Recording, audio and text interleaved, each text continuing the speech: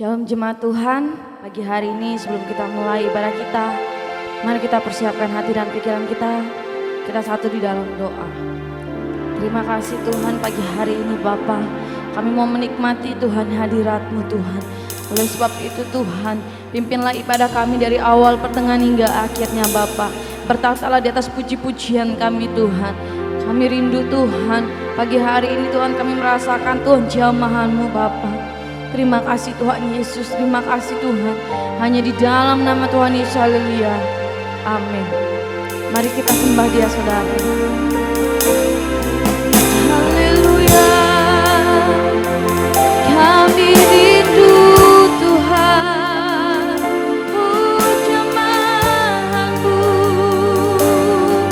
yang memulihkan. Haleluya.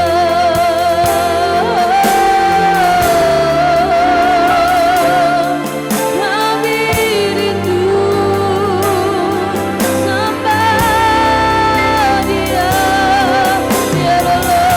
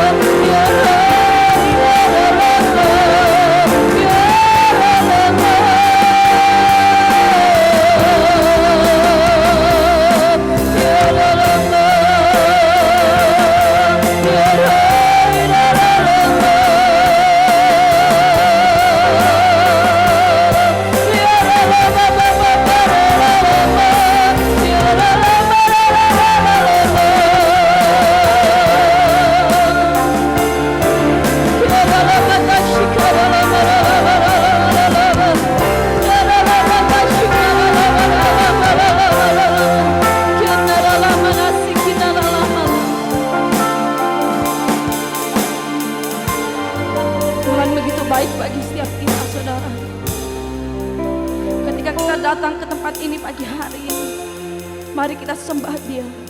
Jangan ada yang berdiam diri. Mari kita sembah Dia dengan segala kerinduan. Itu bukti penghormatan kita pagi hari ini. Itu bukti pengagungan kita hari ini. Itu bukti bahwa kita menyayangi Dia pagi hari ini. Maka oleh sebab itu mari kita sembah Dia dengan segala kerinduan. Nyatakan kebaikan Tuhan pagi hari ini, saudara. Nyatakan kebesaran Tuhan pagi hari ini. Sebab Dia layak ditinggikan, sebab Dia layak diragungkan. Pada rahmat, pada berkat ketika Dia dipuji.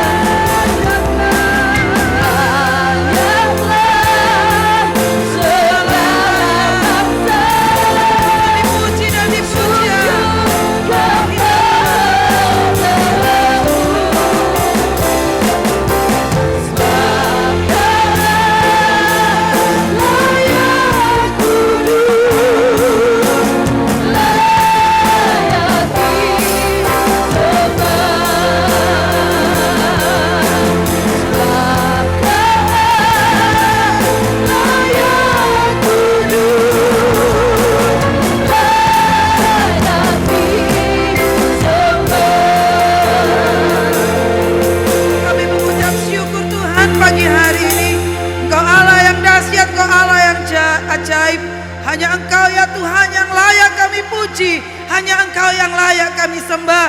Ibadah kami serahkan ke dalam tangan-Mu. Kedaulatan-Mu bekerja atas ibadah kami. Bahkan tuntunan-Mu terjadi. Ambil alih dari awal pertengahan hingga akhirnya. Bahkan urapi setiap kami Bapa. Terlebih umat-Mu dan hamba-Mu yang mengambil bagian dalam ibadah pagi hari ini. Kami siap berjumpa dengan Engkau. Kami siap mengalami perjumpaan dengan Engkau. Di dalam nama Yesus yang siap katakan haleluya. Amin. Betapa kami mencintai Engkau Tuhan. Jamah hati kami Bapa. Jamah setiap hati kami Tuhan. Karena kami rindu Bapa pemulihan terjadi. Terima kasih Tuhan. Betapa ku mencintai segala yang telah terjadi. Tak pernah sendiri jalan di hidup ini, selalu menyertai.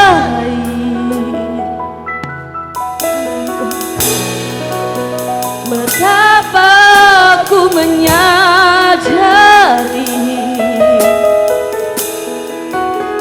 di dalam hidupku ini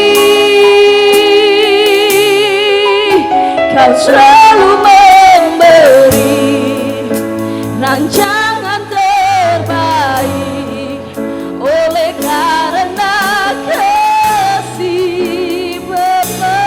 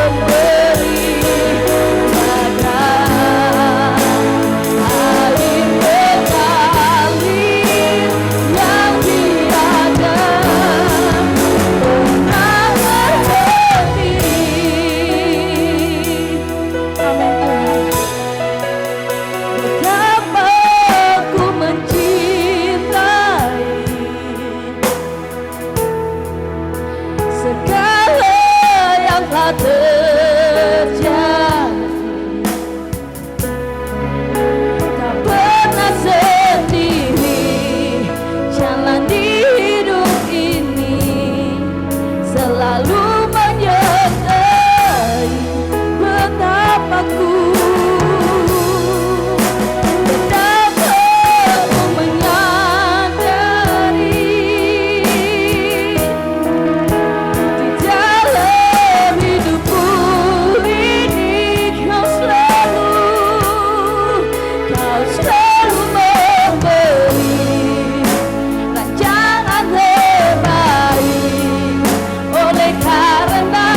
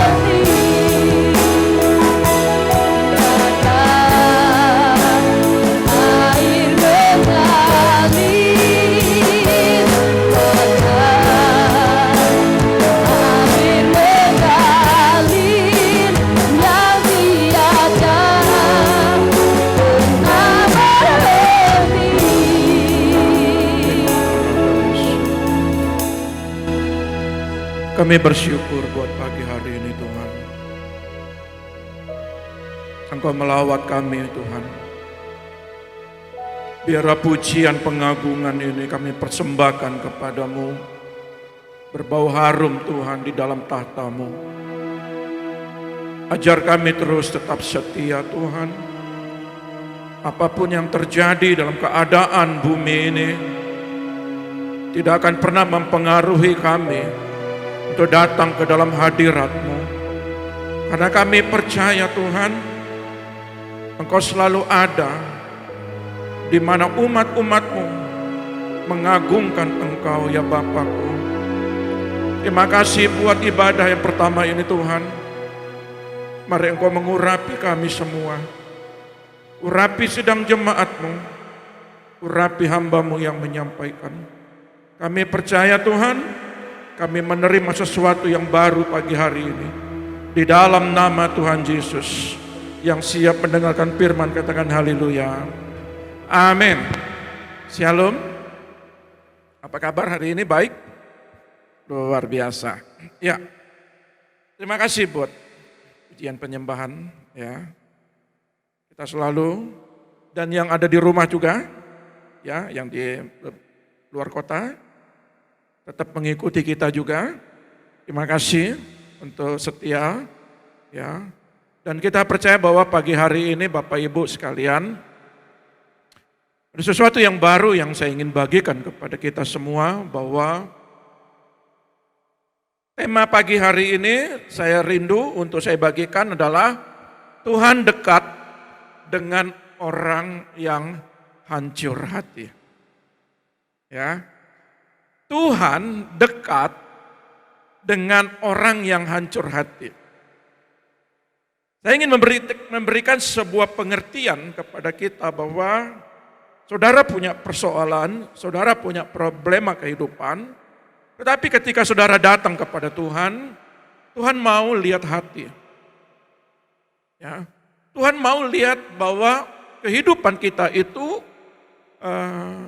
saya tidak berbicara pada hari ini orang yang hancur hati itu maksudnya lagi diputus sama pacarnya. Langsung hancur hati, lalu Tuhan dengar. Bukan itu ya. Saya mau berikan sebuah pengertian bahwa ketika saudara datang kepada Tuhan, orang yang hancur hati itu yang bagaimana? Kita lihat dulu dalam kebenaran firman. Di dalam Mazmur 34 ayat 18 sampai 20. Ayat 18 dulu saya bagikan. Saudara lihat bahwa kenapa gambar ini saya bagikan di mana Daud itu menari. Daud memuji, bahkan kalau di dalam kitab Samuel di situ dikatakan bahwa bagaimana Daud ini bukan sekedar patah hati, hancur hati, tetapi Daud itu bisa menyelesaikan hatinya dengan baik.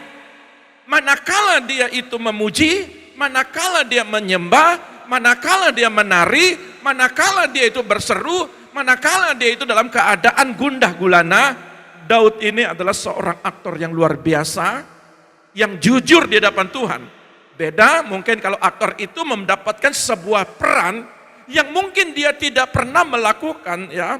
Mungkin mereka tidak melakukan seperti peran yang suka marah, peran yang antagonis, ya. Padahal orang itu baik, tetapi karena peran dia harus mengikuti apa yang dipercayakan kepada dia untuk melakukan peran dalam sebuah acting film. Tetapi Daud tidak. Daud orang yang tahu persis bagaimana dia menyukakan hati Tuhan. Daud tahu persis bagaimana lewat pujian, penyembahan, doa, ucapan syukur, dia tahu Allah Israel itu adalah Allah yang suka dipuji, Allah sumber jawaban. Tetapi kalau kita lihat ada satu gambar lagi, istri Daud, Mikal. Nanti kita akan belajar Mikal ini, bagaimana dia cara melihat, bagaimana cara pandangnya, bagaimana cara dia memperhatikan, ya, bagaimana pujian, bagaimana pengagungan. Apakah dia mengerti? Apakah dia ikut apa yang seperti Daud lakukan? Nanti kita belajar. Mazmur 34 dulu, ayat 18 berkata begini. Apabila orang-orang benar itu berseru-seru, maka Tuhan mendengar dan melepaskan mereka dari segala kesesakannya. Mazmur 34 ayat 18 ini berkata, apabila orang benar, ingat ya, banyak orang baik, tetapi belum tentu benar. Banyak orang benar, sudah pasti dia melakukan hal yang baik. Maka dikatakan ayat ini, apabila orang benar berseru, maka Tuhan mendengar. Berarti kalau tidak benar, berarti seruan kita, ya, terkadang Allah tidak melakukan apa yang kita minta. Alkitab berkata pun di dalam ayat ini, saudara lihat, bagaimana mencari wajah Tuhan. Bagaimana dalam Mazmur 34 ayat 18 ini, apabila orang-orang benar itu berseru, maka dikatakan ia akan dilepaskan. Ya, lihat. Dan melepaskan mereka dari segala kesesakannya. Kalau dalam ayat 18, kata kesesakan itu kalau dalam terjemahan lain itu kesulitan. Ya, ada yang namanya kesusahan. Maka kalau saudara mengalami yang namanya kesesakan, paling yang terpenting dari hal yang terpenting, hati ini harus dibenahi bagaimana berjalan dalam kebenaran. Kuncinya itu hati. Maka kalau kita lihat, Allah itu melihat sesungguhnya hati. Apakah dia itu sudah melakukan hal-hal yang benar? Atau ya, dia melakukan kebaikan, tetapi hatinya penuh dengan kerusakan. Hatinya penuh dengan ya, kebencian, kedengkian. Nah, Alkitab mencatat di dalam ayat yang ke-19 dikatakan, ya, dalam terjemahan baru, Tuhan itu dekat kepada orang-orang yang patah hati. Dan ia menyelamatkan orang-orang yang remuk jiwanya. Kemalangan orang benar banyak, tetapi Tuhan melepaskan dia dari semuanya itu. Ya, kata patah hati ini lagi-lagi saya mau bilang adalah pengertian, ya, pengertian di dalam firman Allah yang hidup dikatakan Tuhan itu dekat kepada orang-orang yang patah hati dan ia menyelamatkan orang-orang yang remuk jiwanya. Coba lihat di dalam Alkitab yang terbuka. Alkitab yang terbuka berkata, orang benar, Tuhan itu, ayat 19, ayat 18, ayat 19. Tuhan dekat dengan orang yang patah hati dan menyelamatkan mereka yang hancur dalam roh. Beda lagi. Jadi tatkala saudara mengalami yang namanya kesesakan, saudara berdoa bukan sekedar kata-kata. Tetapi Tuhan ingin melihat pribadi, yaitu hati. Dan yang ketiga, Tuhan itu ingin melihat bahwa ketika saudara menyampaikan doa, roh saudara itu sekali lagi dikatakan bahwa roh itu nggak bisa dibohongi. Apakah kita itu marah, amarah, benci, sakit hati dan sebagainya? Ketika saudara berdoa, saudara lihat kata hancur hati. Ketika dikatakan roh yang remuk, artinya Tuhan mau memperhatikan setiap hidup kita ini. Ketika kita berdoa, Tuhan menyelidiki pertama, apakah pribadi, apakah bagaimana hatimu, bagaimana cara engkau datang kepada Tuhan. Adakah engkau haus, rohmu itu haus, apakah rohmu itu diperbaharui dari hari ke hari. Ya, jadi Tuhan itu mau melihat ketika kita berkomunikasi sama seperti Daud berkomunikasi. Sekalipun dia hancur hati, remuk, redam. Tetapi rohnya dia bergelora. Rohnya itu terus bersemangat. Ada orang yang hancur hati atau dikatakan patah hati, ya. Tetapi rohnya itu terbawa oleh keadaan dan situasi, kesesakan, kesulitan. Daud sekalipun dia dikejar-kejar oleh Saul. Daud sekalipun dia dikejar oleh anaknya mau dibunuh pun. Daud datang untuk memuji, menyembah.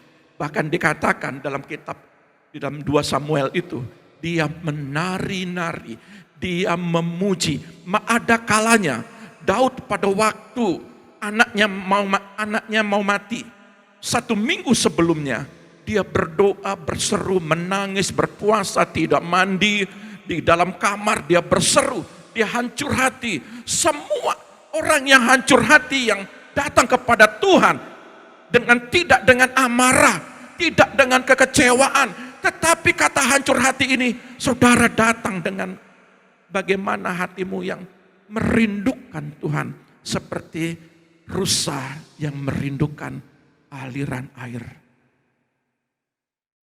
Kalau saudara datang kepada Tuhan dengan kemarahan, dengan kekecewaan, maka segala kesesakanmu, segala kesulitanmu, Tuhan katakan, tembok Yeriko tidak akan pernah roboh. Ya, pelajaran kemarin. Jadi, kalau saudara melihat ada sebuah ketidakadilan di tengah-tengah rumah tanggamu, tetapi ketika engkau datang dengan segala amarah, bahkan ada kata-kata kutukan, ada kata-kata pembalasan. Tuhan, ya sudah melakukan saya ini Tuhan. Tolong Tuhan, balaskan Tuhan. Saya mau katakan, saudara bukan kategori orang yang hancur hati. Orang yang hancur hati, dia mau diapakan saja. Sama seperti Daud, dia minta pembelaan Tuhan. Itu yang membuat kadang-kadang kita itu sulit mengalami jawaban. Karena doa dengan amarah. Ya. Tetapi Tuhan katakan kenapa di dalam ayat ini dikatakan ya, orang yang baik juga punya kesulitan. Sekalipun apapun yang dilakukan, punya juga kesulitan. Tetapi Tuhan itu menolong dia dalam setiap kesusahan yang dihadapinya. Beda dengan saudara doa ya. Orang doa itu begini, tadi ketika ibunya doa, itu kan doa syafaat, doa pembukaan. Ada nanti doa syafaat.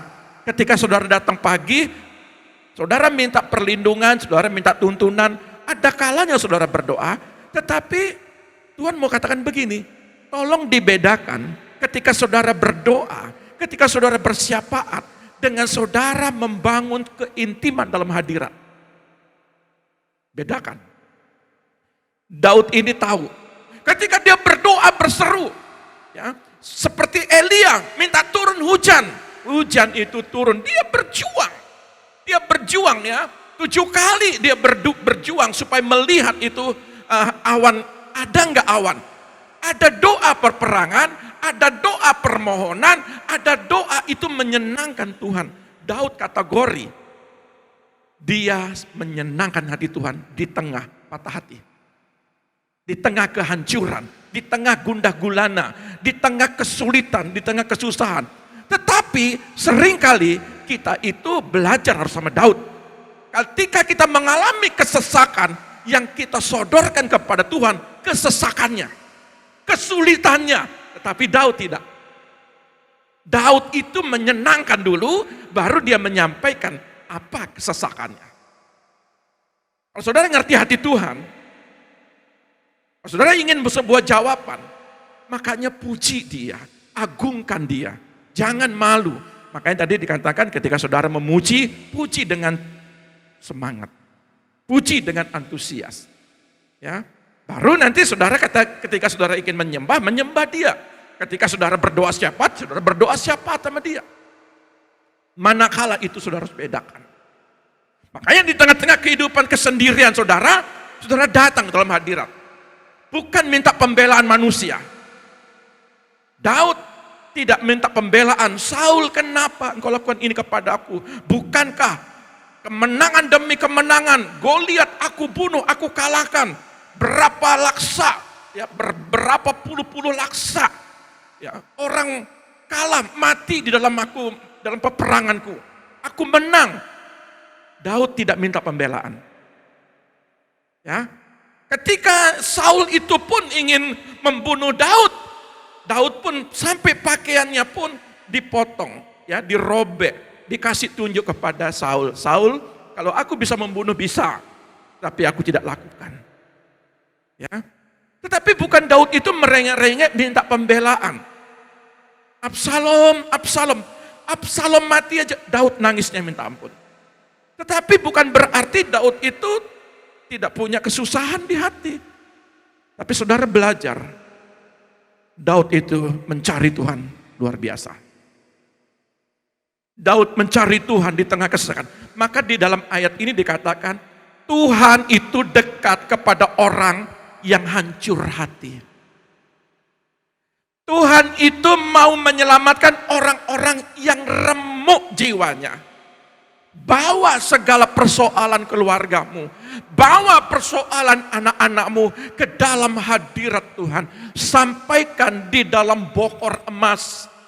Sampaikan doa-doamu, supaya setiap di dalam doa yang ditampung di dalam bokor emas, pada kelak saatnya Tuhan kumpulkan semua doa-doa orang-orang kudusnya, dan pada saatnya dia akan menjawabnya. Ya, tetapi Tuhan tidak mau ketika ayat ini berkata, saudara datang kepada Tuhan dengan penuh kemarahan. Adakah yang begitu hari ini? Kita belajar yuk. Saya rindu jemaat Tuhan, mari kita lihat dengan tema kita ini, Allah memperlakukanmu dengan ajaib. Ketika Tuhan memperlakukanmu dengan ajaib, bagaimana caranya kita? Bagaimana caranya? Datang ke dalam hadiratnya. Makanya Petrus, Yakobus, Yohanes Tuhan bilang begini, tidur. Nggak bisa nggak kamu berdoa, berjaga-jaga 1 jam aja. Ada yang 5 menit nggak tahan. Ada yang 10 menit nggak tahan. Daud itu sepanjang jalan dari rumah Obed-Edom sampai Yerusalem, setiap 6 langkah dia memberikan korban. Dia berdoa, dia menyanyikan, dia memuji, bahkan menari-nari. Itu Daud. Nah, dari lihat bagaimana Daud mencari wajah Tuhan dengan segenap hati, dan Daud tahu penggenapan janji Tuhan bagi bangsanya melalui garis keturunannya. Daud keturunan dari Yehuda.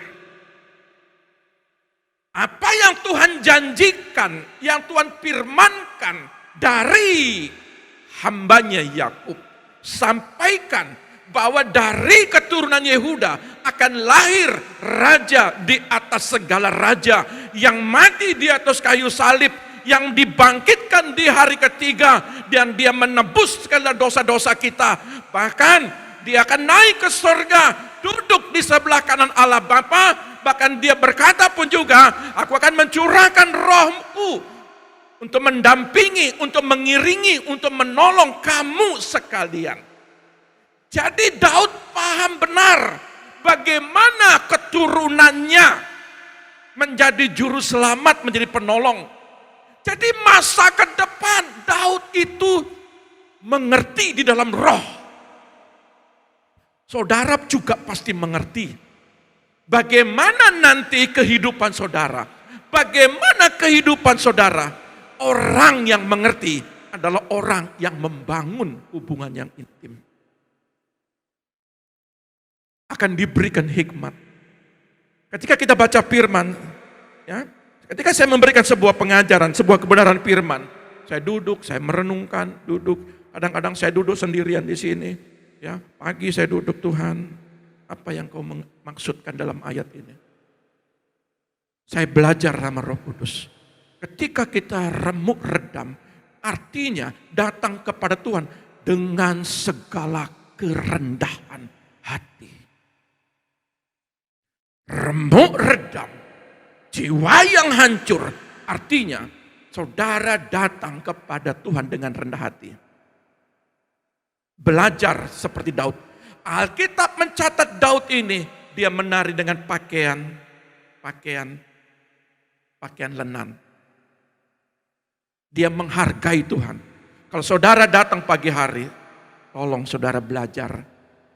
Datang dengan pakaian yang rapi. Adakah saudara datang mungkin pakai, kalau cowok pakai kaos apa ya? Singlet. Tolong hargai Tuhan.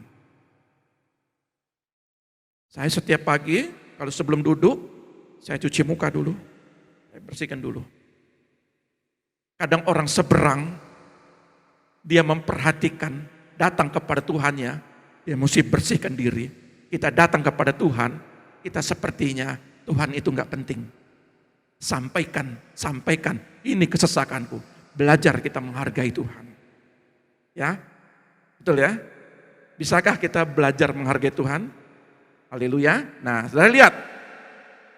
Di zaman Saul, saudara lihat ya. 1 Tawarik 13 ayat 3 berkata, ya, bahwa tabut Allah tidak diperhatikan. Dalam Alkitab yang terbuka dikatakan, tolong salah satu membacanya. 1 Tawarik 13 ayat 3. Ya. Ya. Sebab zaman Saul kita tidak mengindahkan. Jadi di zaman Saul, artinya dalam bahasa Indonesia sehari-hari, dibiarkan terlantar. Hadirat Tuhan itu tidak diperhatikan, bahkan tidak mencari dia. Orang-orang pada zaman itu tidak mau mencari dia. Raja atau Raja Saul ya, tidak mau memperhatikan, bahkan tidak mempedulikan. Berapa banyak kita tidak mempedulikan kehadiran Tuhan. Berapa banyak ketika kita ada dalam kesesakan, berapa banyak di dalam kita kesusahan, kesulitan, kita tidak memperhatikan, kita tidak mencari dia. Padahal dia mau menyelesaikan segala kesusahanmu, kesesakanmu. Kunci dari semua itu adalah cari dia. Tetapi Raja Saul tidak mencari. Kita akan belajar di sini. Saudara yang terkasih dalam nama Tuhan, di dalam pengertian ini pun saya rindu setiap kita itu tolong perhatikan mezbah doamu. Perhatikan manakala jangan hanya doa makan saja. Ya.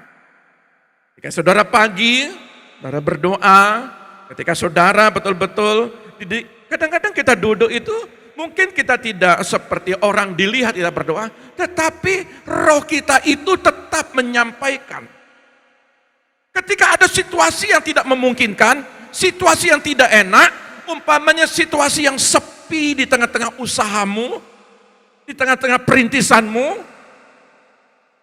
mungkin saudara tidak perlu seperti, lihat-lihat Lea saya mau berdoa, tidak perlu begitu. Saudara duduk.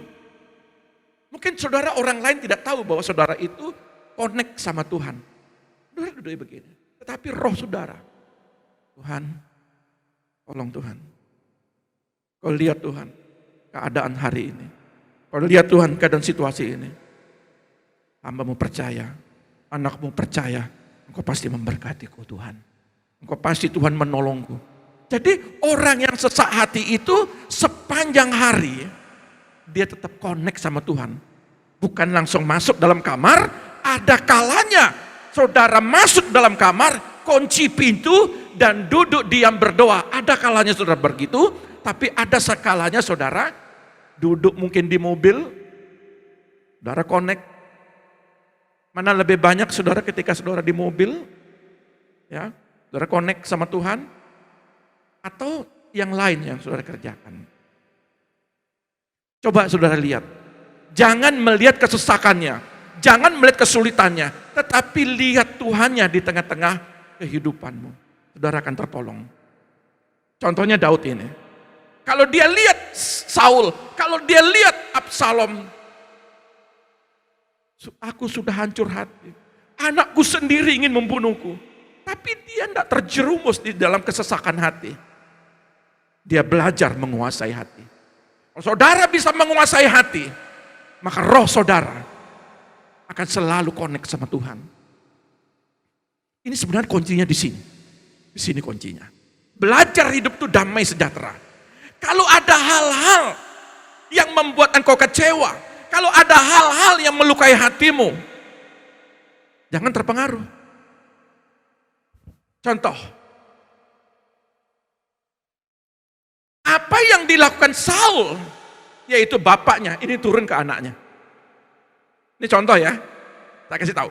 Bapaknya tidak memperhatikan hadirat Tuhan, bapaknya menelantarkan tabut Allah, hadirat Tuhan, bapaknya tidak mau mencari Tuhan, bahkan bapaknya tuh nggak mempedulikan aturan-aturan yang sudah dibuat Musa untuk menghormati tabut Allah, tetapi dari bapak ini turun ke anak. Coba lihat, apa yang dilakukan Mikal kepada Daud. Ini pelajaran buat gereja. Ketika hati Mikal ini bermasalah, tolong saudara baca dalam 2 Samuel 6 ayat 16. 2 Samuel 6 ayat 16, firman Tuhan berkata begini. Ketika tabut Tuhan Mas itu masuk ke kota Daud, maka Mikal, anak perempuan Saul, menjenguknya dari jendela. Lalu melihat Raja Daud meloncat-loncat, serta menari-nari di hadapan Tuhan. Sebab itu ia memandang rendah Daud dalam hati. Ketika di dalam hati bermasalah, maka segala sesuatu yang dipandang pun juga tetap masalah. Daud tahu persis bagaimana Obed-Edom diberkati 3 bulan. Ingat ya, rumah Obed-Edom itu berkat sementara hanya 3 bulan. Daud tangkap 3 bulan saja Obed-Edom diberkati. Maka kalau tabut Allah ini dibawa ke Yerusalem, maka berkatnya bukan hanya keluarga Obed-Edom, tetapi seisi rakyatnya, keluarga-keluarga yang ada di tengah-tengah bangsanya, keluarga pribadinya, keluarga raja, keluarga abdi-abdinya, keluarga daripada rakyat-rakyatnya.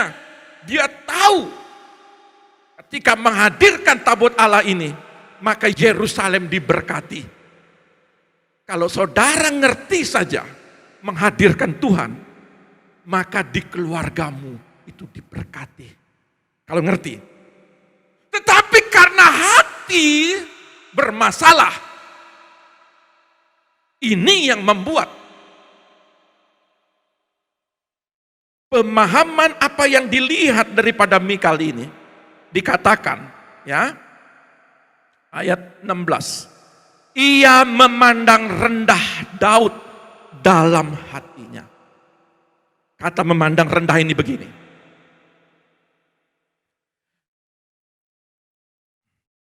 Tidak bisa merasakan hadirat orang yang bermasalah hatinya. Dia hampa.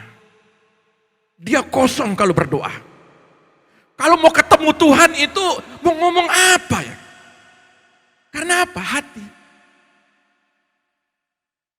Makanya ketika kita datang kepada Tuhan, kata patah hati, kata hancur hati, saudara mungkin pernah mengalami yang namanya patah hati.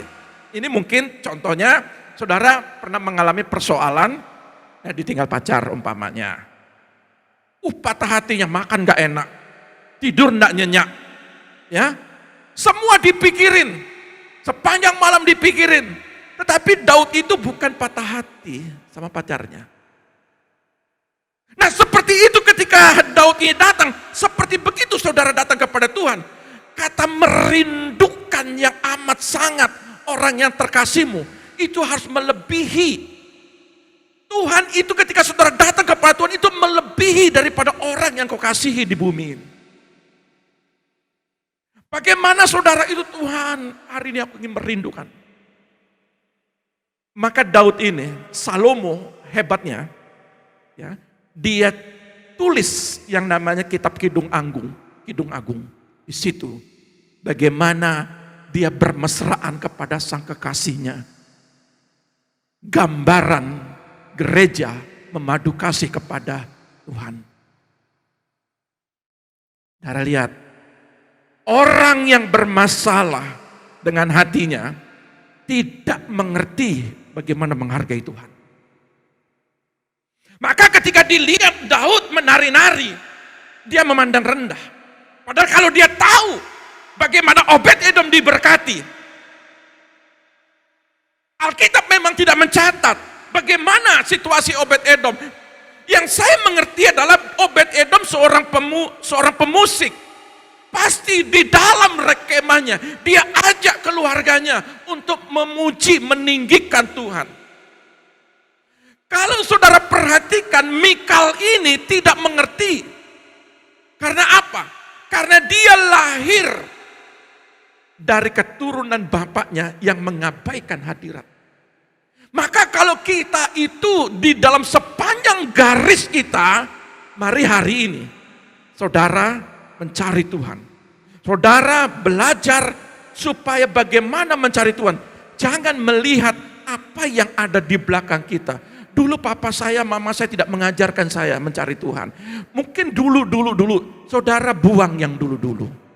Saudara yang sekarang adalah saudara pribadi yang seperti Daud mencari Tuhan. Ya, maka kami sebagai hamba Allah ingin mengajarkan saudara di tengah kesesakan, cari wajah Dia. Cari Dia. Di situ Dia melepaskan segala kesesakanmu. Nah, apa yang dilakukan Mikal ini adalah, ya, saudara perhatikan perkataan yang gereja harus hindari. Perkataan, mula awalnya hati, lalu level berikutnya dari hati, ya, yang tidak mau dipulihkan, dari hati yang mempunyai sebuah persoalan permasalahan, maka dia menjurus kepada perkataan yang sia-sia. Mari lihat, tolong ayat ke-20, ya, ayat ke-20. Ketika Daud pulang, ya,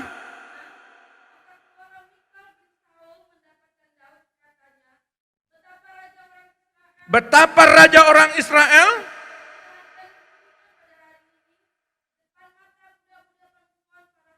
ya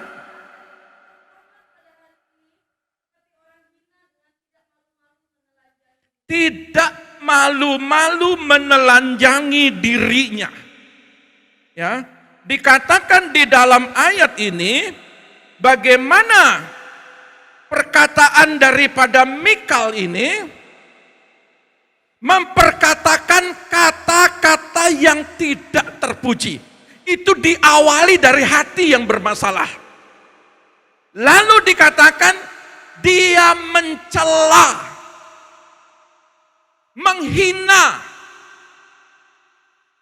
Seharusnya sebagai istri dia mendukung apa yang dilihat oleh suaminya, yang dilakukan suaminya. Ketika suaminya ini memuji, meninggikan Tuhan, tetapi ketika hati ini mulai bermasalah yang tidak diselesaikan dari garis yang di belakangnya, maka dia tetap memandang tabut Allah itu tidak ada apa-apanya. Dia memandang rendah kehadiran Tuhan. Bahkan orang yang diurapin pun untuk memuji Tuhan, meninggikan Tuhan, tetap dipandang rendah. Dia mencela, dia menghina, bahkan melukai hati orang yang diurapi Tuhan.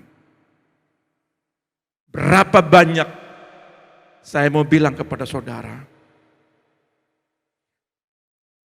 jangan sekali-kali kita merendahkan orang-orang yang diurapi Tuhan. Jangan sekali-kali, siapapun itu saudara, ketika saudara ketemu dengan orang-orang yang sudah mendoakan saudara, ketika mungkin pada saat itu dia belum terjawab, jangan engkau mencela orang yang sudah mendoakanmu. Jangan engkau mencela setiap hamba-hamba Tuhan. Siapa hamba Tuhan yang kau jumpai?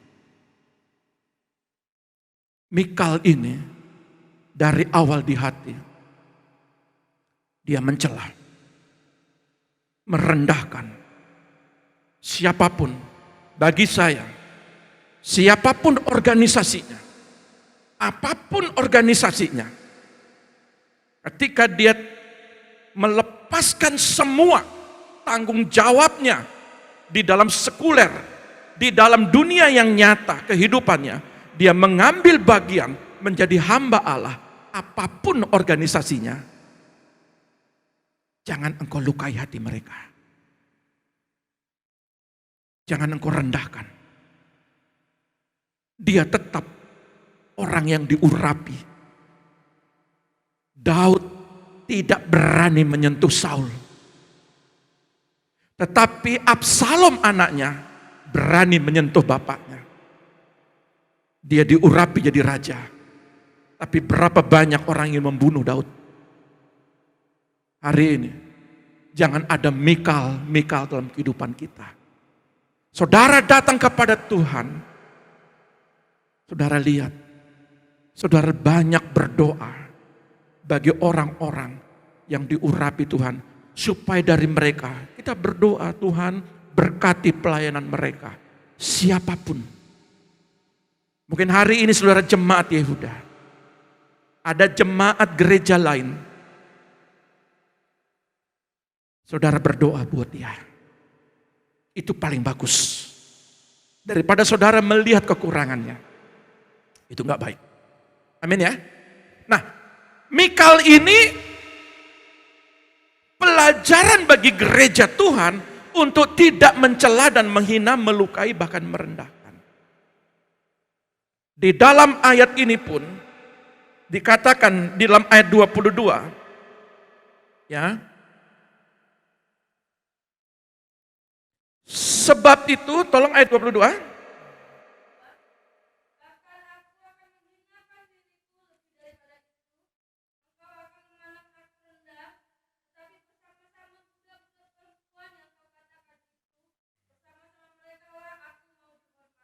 Nah, terus lihat.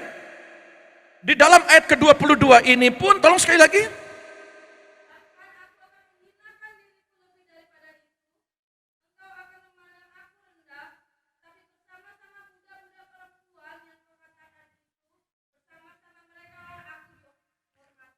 Ketika ada orang yang mencela hidupmu, ketika ada orang yang merendahkan dirimu, kau datang kepada Tuhan dengan segala kerendahan hati.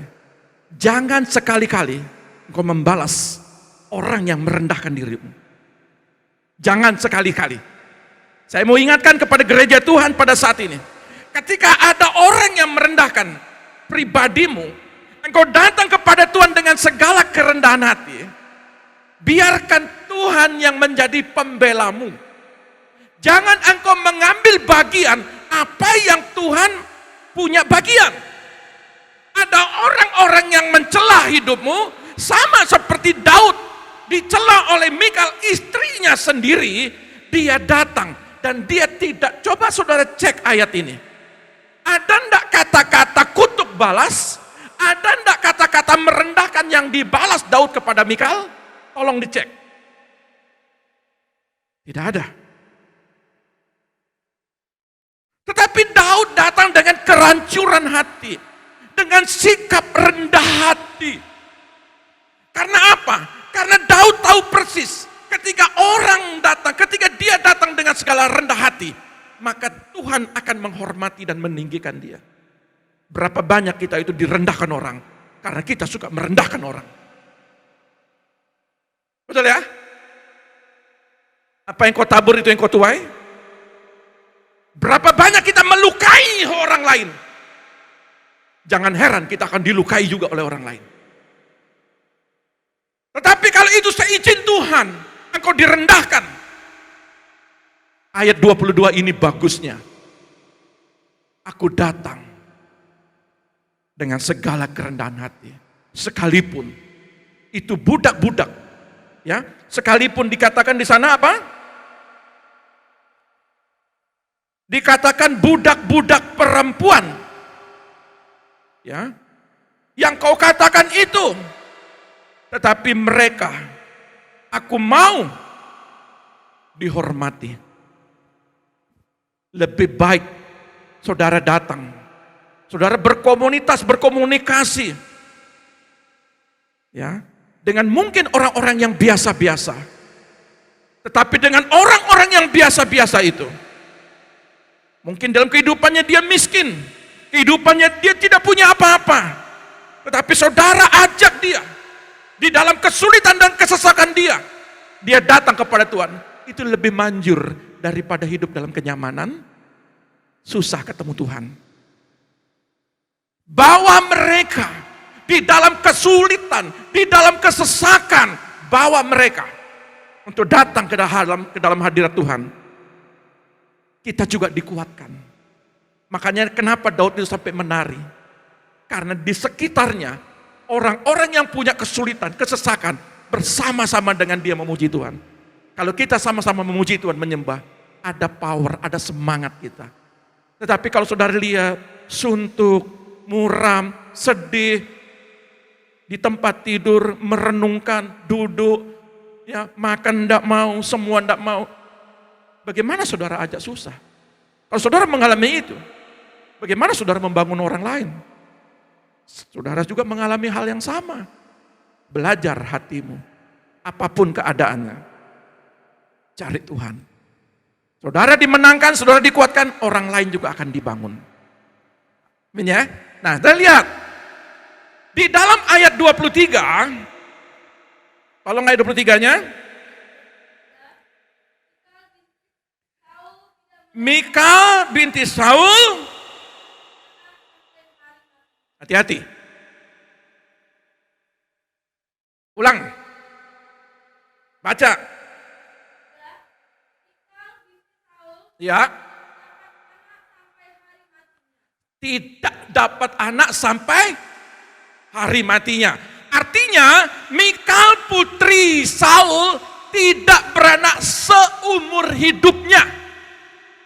Saya banyak punya pengalaman kesaksian.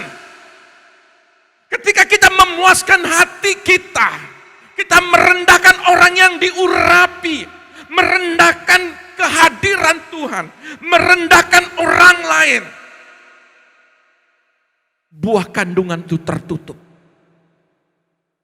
Itu berbicara, berkat tidak kunjung datang. Apapun yang dikerjakan, dia selalu gagal. Saya banyak dapat kesaksian. Jadi kalau kita itu dengan kepuasan hati merendahkan, melukai, menyakiti orang-orang yang diurapi Tuhan, maka ayat ini berkata, tidak ada untungnya berseteru dengan orang-orang yang diurapi Tuhan. Tetapi engkau minta doa. Kalau kita belajar di sini bagaimana Ahab berseteru sama Tuhan, bahkan berseteru sama Elia. 3,5 tahun tidak turun hujan. Saya mau ajak dalam paling bagus. Kalau saudara tidak sependapat, kita diam. Diamkan dulu hatimu, tenangkan hatimu. Bawa dia dalam doa. Itu jauh lebih bagus. Daripada saudara menuding.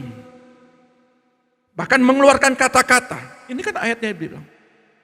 Kamu itu kayak orang gila. Kamu itu kayak orang kurang waras. Kok mau telanjang? Kok mau menari-nari? Di pinggir selama perjalanan itu engkau menari Daud. Kata-kata loh. Itu ada di hati dan dikeluarkan lewat kata-kata. Dampaknya seumur hidupnya Mikal tidak punya anak. Saya mau bilang, seumur hidup kita banyak mengalami kesulitan melihat janji Tuhan. Apa yang dikerjakan, kenapa sulit? Apa yang kenapa? Lalu bagaimana Pak? Saya ingat, saya pernah ngomong begini Tuhan sama orang yang diurapin Tuhan, hamba Tuhan, orang yang dulu tuh, yang orang tua saya Tuhan. Bagaimana Pak kalau saya sudah pernah mengalami ini Tuhan? Hari ini juga minta ampun. Lepaskan dalam Tuhan, ampuni saya Tuhan. Datang dengan kerendahan. Mulai saat ini, aku tidak pernah memandang rendah orang lain. Saudara cek, berapa banyak kita itu suka merendahkan orang lain. Mungkin saudara hidup dalam berkat yang luar biasa. Jangan engkau merendahkan orang yang di bawahmu. Berkati dia, berkati musuhmu. Ya, berkati. Kalau lihat perhatikan begini. Saya rindu supaya jemaat Tuhan berbicara kandungan ini bukan berbicara tidak punya anak dalam arti pengertian kita yang belum berkeluarga atau mungkin hari ini kita sebagai pria. Ini bicara janji. Bicara janji. Maka kenapa ketika kita datang kepada Tuhan kita sulit mengalami terobosan?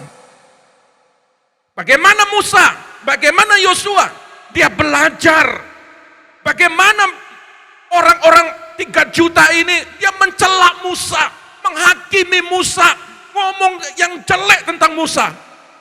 40 tahun di padang gurun. Bahkan setelah di padang gurun, tidak melihat janji Tuhan tanah Kanaan. Hanya kata-kata. Saya harap jangan jadi Absalom, ataupun jangan jadi Mikal. Absalom itu mau bunuh bapaknya. Kalau Mikal ini mencela sebagai anak, jangan cela orang tua. Ada yang aneh? Tidak ada ya?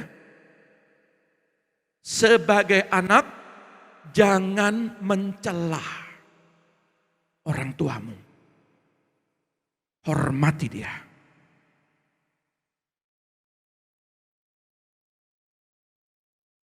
Ini yang membuat hidupmu berhasil. Jangan sekali-kali dalam hatimu. Karena apa? Karena hukum alam itu berlaku, hukum sorga pun juga berlaku. Saya rindu saudara itu diberkati. Saya rindu saudara itu melihat belajar untuk rendah hati. Kenapa? Ketika Tuhan mempercayakan kandunganmu itu artinya berkat-berkat yang besar. Kalau kita lihat orang Israel, harta terbesar itu anak. Apalagi anak laki. Maka di dalam garis keturunan anak Yakub itu 13 anaknya. 1 Dina tapi tidak masuk karena perempuan. Dia minta anak laki. Nah, sudah lihat. Tetapi ketika Mikal ini tidak punya anak, itu seumur hidupnya penyesalan yang amat sangat. Beda dengan Hana. Jadi Mikal ini tidak mau lihat Tuhan, tidak mau mencari Tuhan, tidak mau dengan hadirat Tuhan. Beda dengan Hana. Dalam 1 Samuel, kalau Hana itu dikatakan ini ya, Hana itu dibeginikan sama Elia, Imam Eli. Kamu komat kamit, kamu seperti orang mabuk. Di dalam terjemahan lain berkata begini, singkirkan anggur yang ada di hadapanmu. Langsung Hana bilang begini, Bapak, aku tidak mabuk, aku lagi sedih, aku lagi susah. Sikap hati Hana, dia tidak mau langsung berkata, Bapak ini sembarangan ngomongnya, kamu yang mabuk, kamu yang tidak ngerti. Enggak, ayat tidak ada begitu. Maka kalau sikap hati kita mencari Tuhan, kalau hati kita ini benar-benar dibenahin, kita ketemu siapa saja, damai sejahtera. Betul ya? Apalagi kalau ketemu setiap hamba Tuhan. Langsung Hana bilang begini, oke, mulai hari ini Allah Israel akan memberkatimu. Dan beberapa hari kemudian dia mengandung. Yang menutup daripada berkatmu, hatimu. Yang menutup berkat pertolongan Tuhan, hatimu. Itu yang menutup. Maka kandungan ini tertutup sepanjang hidupnya. Saya rindu gereja Tuhan. Bukan sekedar kita memuji, meninggikan, tetapi hati ini juga. Di dalam hati, roh kita pun juga memuji Dia. Hati kita memuji Dia, tangan, mulut kita memuji Dia, tetapi hati memuji Dia, maka roh juga akan ikut memuji Dia. Roh kadang-kadang tersandera karena hati yang terluka. Roh tidak bisa ngapa-ngapain. Roh tidak bisa berkomunikasi dengan Bapa. Karena hati kita tersandera. Dengan apa? Dengan akar-akar kepahitan. Itu yang membuat kita itu jauh. Sama seperti Mikal ini. Ya, dia tersandera dengan apa yang dilakukan bapaknya. Dia tidak mau melepaskan sebagai anak. Makanya hari ini, apa yang sudah dilakukan yang zaman dulu orang-orang tua kita. Mungkin orang tua dulu kita pernah membenci saudara. Kau sebagai anak, lepaskan pengampunan. Belajar damai. Jangan biarkan dari silsilah ke silsilah kita menyimpan akar kepahitan sakit hati. Anak cucu turunan 3 dan keempat sakit hati terus. Buang itu semua. Ini kan ceritanya Mikal ini, ceritanya dari bapaknya ini kan punya dendam sama si Daud, ingin membunuh Daud. Karena apa? Karena Daud membunuh 10.000 laksa, sedangkan dengan Saul ribu-ribu. Jadi karena iri hati, garis keturunannya pun juga. Tapi Yonatan enggak, dia membangun. Ya, dari lihat, Daud tahu bagaimana menghargai Tuhan. Tolong ayat 17.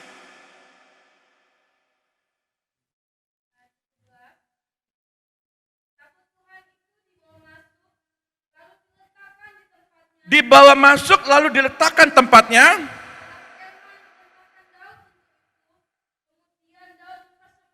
Mempersembahkan korban bakaran dan korban keselamatan di hadapan Tuhan.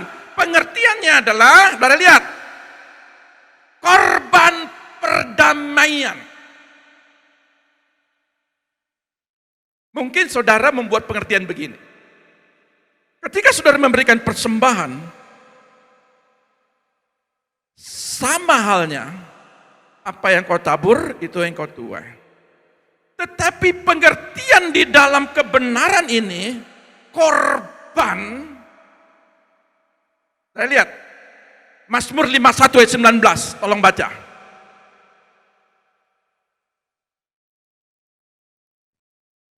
Mazmur 51 ayat 19.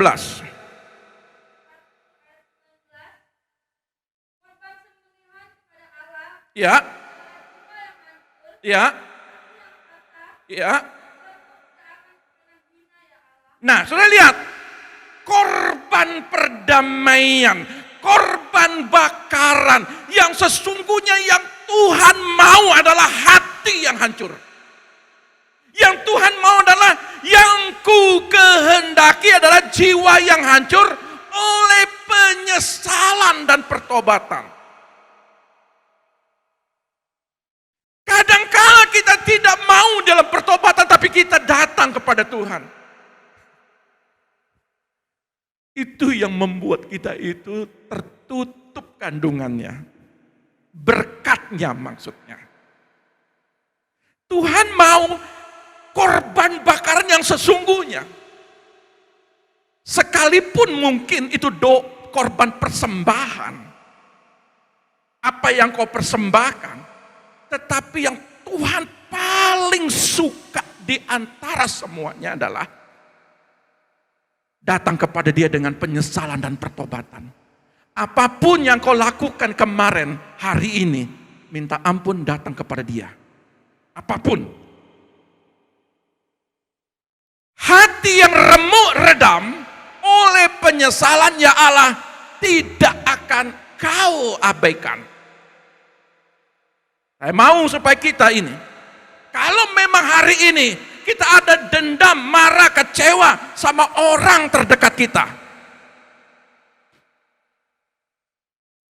datang, pulihkan hatimu. Supaya tidak terhambat doamu.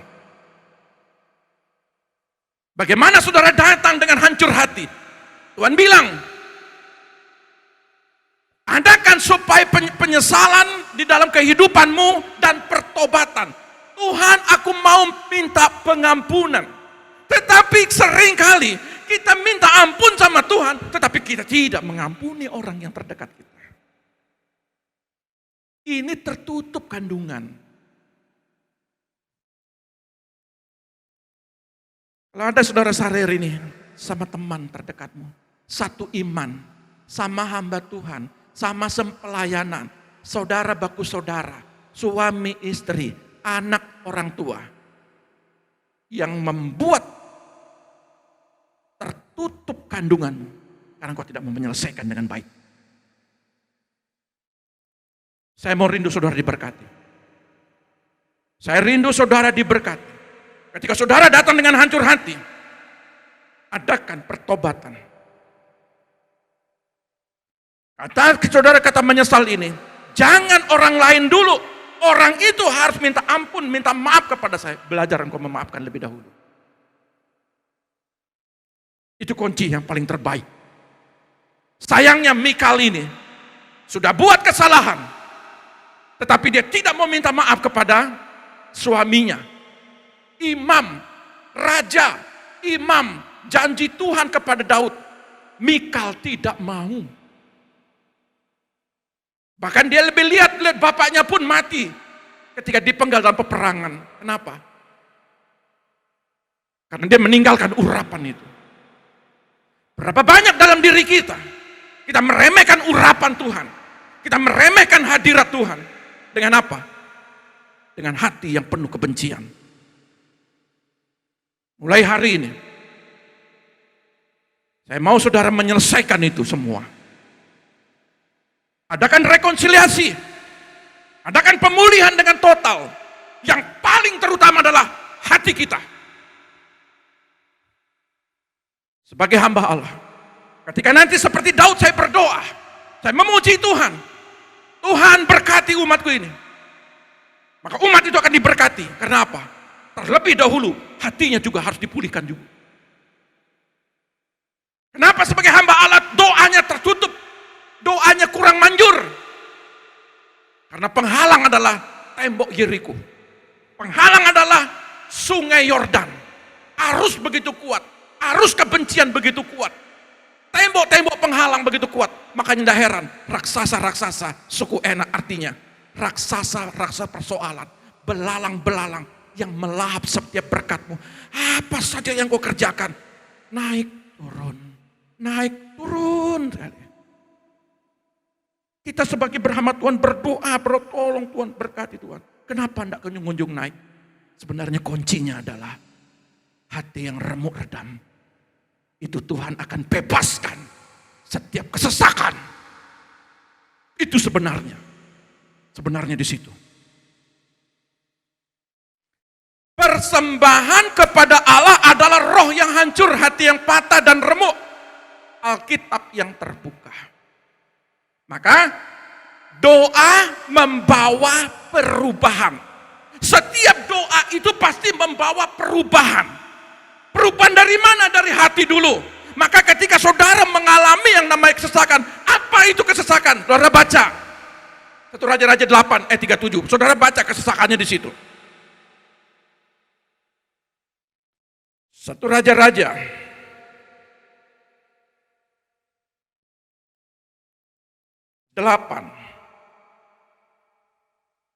ayat 37. Salah satu saudara yang membacakan tapi pelan-pelan saja. Ya. Apabila pertama ada kelaparan, ada penyakit sampar seperti sekarang ini, ya, ada COVID-19, terus hama, ada penyakit gandum, belalang, ya, yang memakan setiap berkat-berkatmu, terus ada orang-orang yang menghakimimu, yang merusakmu, yang mencurimu, yang menipumu, terus mungkin ada di tengah-tengah kita sekarang ini, mungkin ada tulah, ya, apapun penyakitnya. Saya mau bilang, kenapa kemarin-kemarin saya berkata, tidak ada hubungannya yang nama COVID-19 dengan janji Tuhan. Ayat ini berkata apapun penyakitnya. Terus ingat ya, lalu seseorang dan segenap itu korporat mungkin sama-sama berdoa. Terus ya, ya, ya,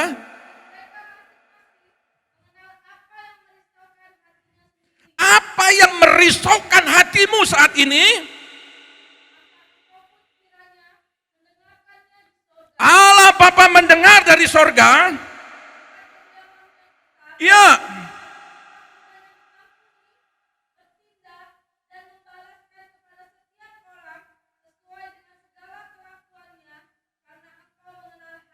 ya, engkau kiranya mengampuni, bertindak, dan membalaskan kepada setiap orang sesuai dengan Jadi yang membuat saudara itu dihakimi, tidak dihargai, direndahkan, bagian Tuhan yang bertindak.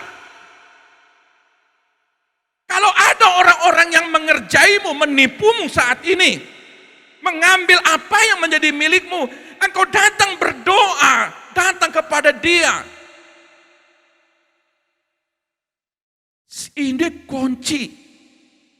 Mau penyakit apapun, situasi apapun, penyakit sampar apapun, belalang apapun, kalau hari ini terjadi di tengah-tengah kota kita, di tengah-tengah bangsa ini, sebagai hamba Allah, Tuhan bilang begini, kalau ada seseorang itu di Alkitab dicatat Obed Edom, tapi saya percaya di tengah-tengah keluarganya. Dan semua orang, sekumpulan orang, dan Daud bersama-sama dengan tim-tim pemusiknya, tim-tim pemujinya, ya, tim-tim dari semua rakyatnya, itu puluhan ribu untuk mengiring tabut Allah ini. Jadi kalau kita bersama-sama berdoa, masa enggak jebol dia? Masa enggak jebol tembok Yeriko? Kalau kita sama-sama berdoa, korporat, jangan kami berdoa, saudara enggak berdoa. Kalau ada seseorang dan sekumpulan orang, ayat ini bilang, datang kepada Tuhan, tidak ada hubungannya dengan penyakit apapun dikatakan di sini. Saudara baca dengan baik-baik. Artinya, doa itu membawa perubahan. Kalau tidak berdoa, tidak ada perubahan. Sekumpulan orang, seseorang. Jadi artinya, manakala seseorang, manakala sekumpulan orang. Seseorang artinya, saudara juga datang sendiri berdoa. Kalaupun ada waktunya kita bersama-sama berdoa, mari kita bersama-sama berdoa. Tuhan Yesus memberkati kita. Haleluya. Oke.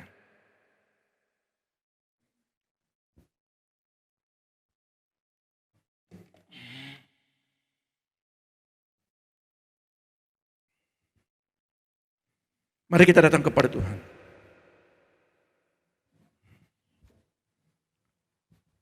Bagaimana Daud memuji Tuhan?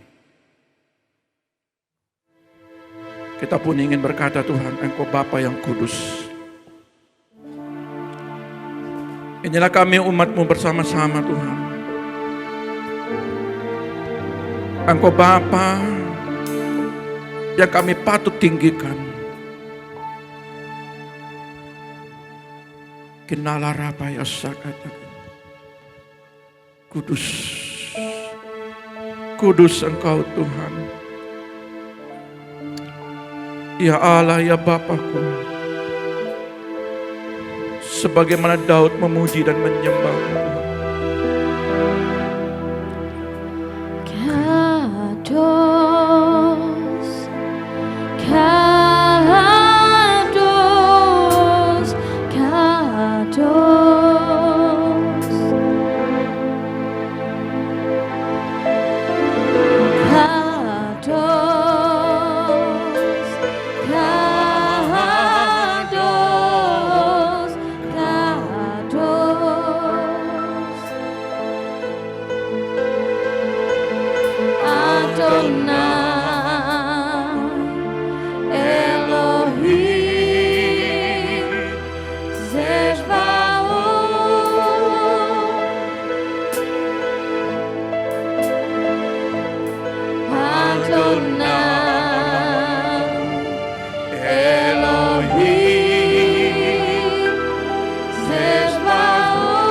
Kados, Kados, Kados. Kados, Kados, Kados, Kados, Kados,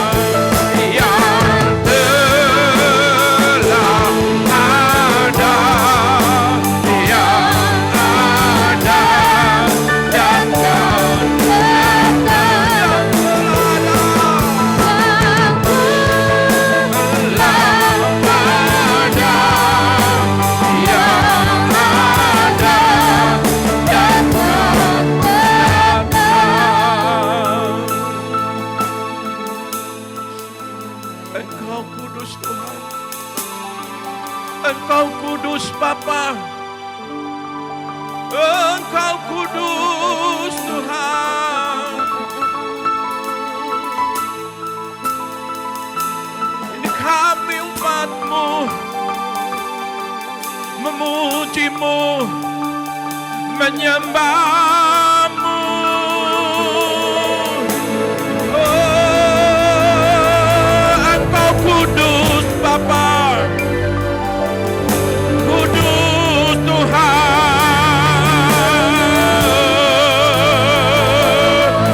Engkau kudus Bapa.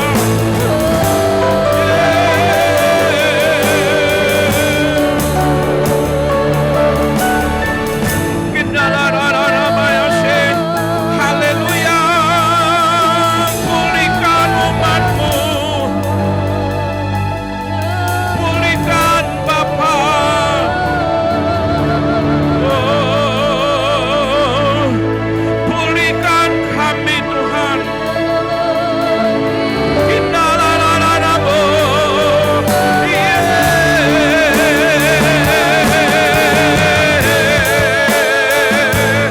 Engkau kudus Bapa.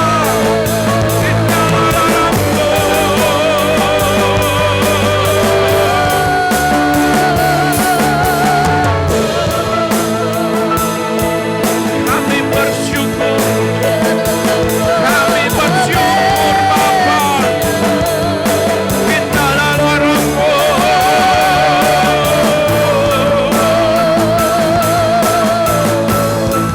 Kami bersyukur Tuhan.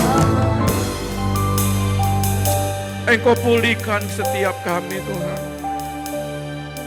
Bapa, inilah umat-Mu saat ini. Hari ini kami mau memulihkan setiap kami Tuhan.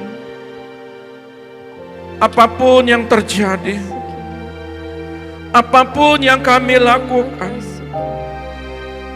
hari ini ampuni kami Tuhan. Dengan rasa penyesalan yang dalam Tuhan, Engkau pulihkan setiap gereja-Mu. Engkau pulihkan kami Tuhan.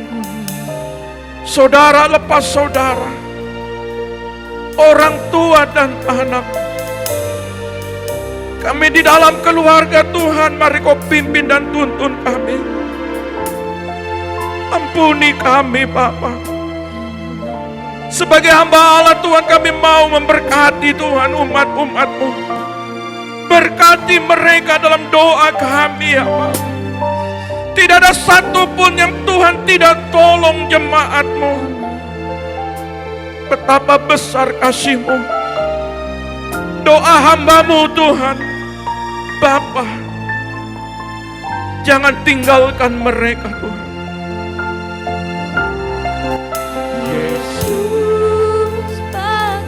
Inilah doa hamba-Mu. Pegang erat tangan jemaat-Mu.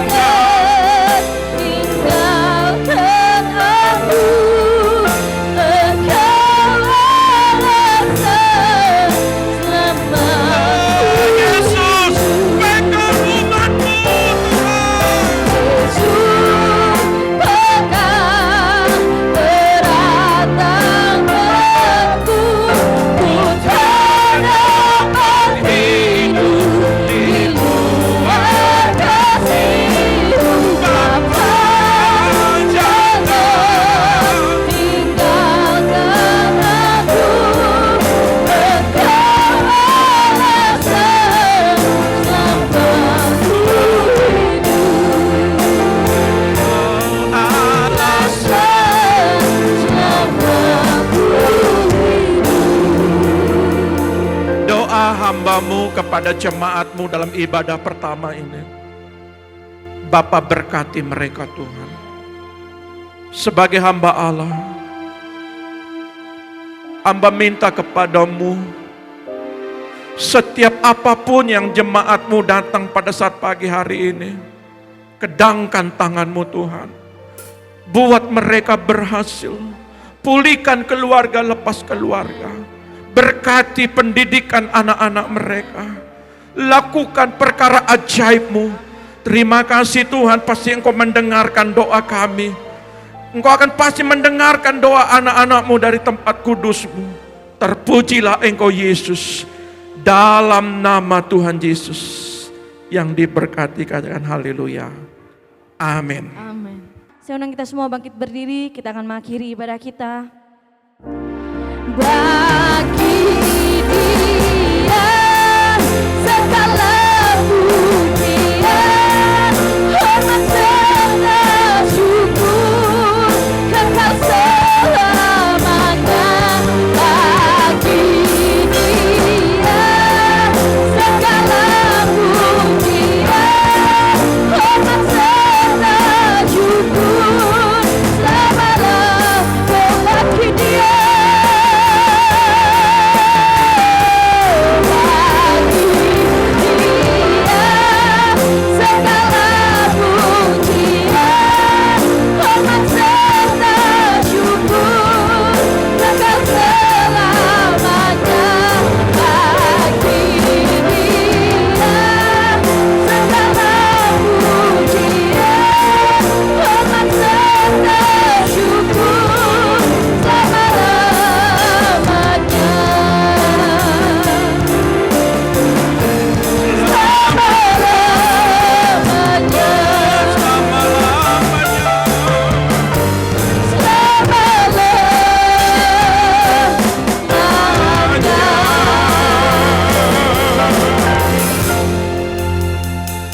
daripada ibadah pertama ini berkat campur tangan-Mu. Engkau memberkati ibadah pertama ini, demikian juga Engkau akan memberkati dalam ibadah kedua sebentar Tuhan. Mari Bapa, lakukan perkara ajaib-Mu, pengertian Tuhan bagi umat-umat-Mu. Mulai hari ini kami akan berangkat dari hati yang baru. Kami mulai berjalan dari hati yang dipulihkan. Karena kami percaya janji Tuhan ya dan amin akan terjadi bagi generasi Tuhan di akhir zaman ini. Tahun ini adalah tahun terobosan. Tahun ini adalah tahun di mana umat-Mu diberkati. Hamba percaya ketika hati sudah dipulihkan, mereka datang ke dalam hadirat Tuhan penuh dengan sukacita dan damai sejahtera. Berkati kami semua, dan hamba percaya berkat umat-umat Tuhan hari ini dan selama-lamanya akan diberkati Tuhan. Angkat kedua belah tanganmu, terimalah berkat Bapa Sorgawi. Diberkatilah keluargamu, diberkatilah anak-anakmu, diberkatilah pendidikanmu, diberkatilah kesehatanmu, diberkatilah lumbung-lumbungmu. Apa yang engkau kerjakan lewat tanganmu akan dibuat berhasil. Setiap kakimu melangkah akan selalu dituntun oleh Tuhan, sehingga penuhlah sukacitamu. Diberkatilah engkau di bumi, diberkatilah engkau di sorga, di dalam nama Bapa, Putra, dan Roh Kudus, yaitu di dalam nama Tuhan Yesus, yang diberkati, katakan haleluya, amin. Tuhan Yesus memberkati.